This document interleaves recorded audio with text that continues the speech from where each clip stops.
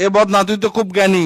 এমন একটা কবিতা ক যে কবিতার মধ্যে 64টা জেলার নাম আছে। ছন্দে সুরে বলছি আমি সকল জেলার নাম, তাল মেলাতে সবার আগে আসলো কুড়িগ্রাম। প্রধান জেলা ঢাকা থেকে একটুখানি দূর, এক জেলার নাম নরসিংদী, আরেকটা গাজীপুর। জয়পুরহাট ও লালমনিরহাট দুইটা জেলার নাম, রাজশাহীর নাম উজ্জ্বল করছে মিষ্টি স্বাদের আম। পাহাড় ঘেরা বান্দরবন ও সিলেট খাগড়াছড়ি, ময়মনসিংহের কিশোরগঞ্জে এই লেখকের বাড়ি। নেত্রকোনা সুনামগঞ্জে আছে ধানের মাঠ, সুন্দরবনের কাছে আছে খুলনা বাগের হাট। ভোলা এবং বরিশালে আছে অনেক নদী, পাবনায় আছে পাগলা গারদ, বগুড়ায় আছে দধি। পাশাপাশি দুইটা জেলা টাঙ্গাইল জামালপুর, আরো দুইটা জেলা হলো কুষ্টিয়া যশোর। মনের মতো একটা জেলার নাম তার মাগুরা, দন্তান্নতে নারায়ণগঞ্জ, নাটোর ও নওগাঁ। দন্তান্নতে আরো 4টি জেলা বলতে আমি পারি, নবাবগঞ্জ ও নোয়াখালী, নড়াইল, নীলফামারী। গঞ্জদিয়া মানিকগঞ্জ হয় আরো মুন্সীগঞ্জ, গোপালগঞ্জ হয়, হবিগঞ্জ হয় আরো সিরাজগঞ্জ।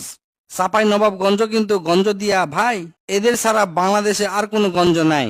রংপুর আর রাঙ্গামাটির নামটা রঙে রাঙা, নামের জন্য আরো সুন্দর চাঁদপুর চুয়াডাঙ্গা।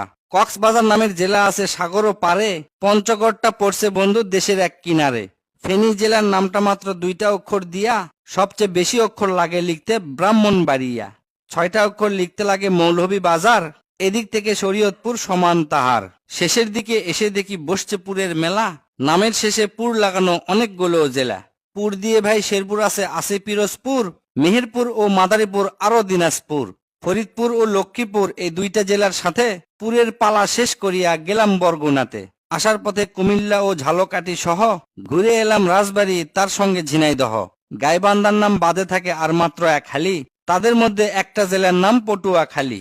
এখন শুধু বাকি আছে 3টা জেলার নাম, এদের মধ্যে একটা জায়গা হইল চট্টগ্রাম। সাতক্ষীরায় আর ঠাকুরগাঁয়ে হইল এই কবিতার শেষ। এদের নিয়েই গড়া আমার সোনার বাংলাদেশ।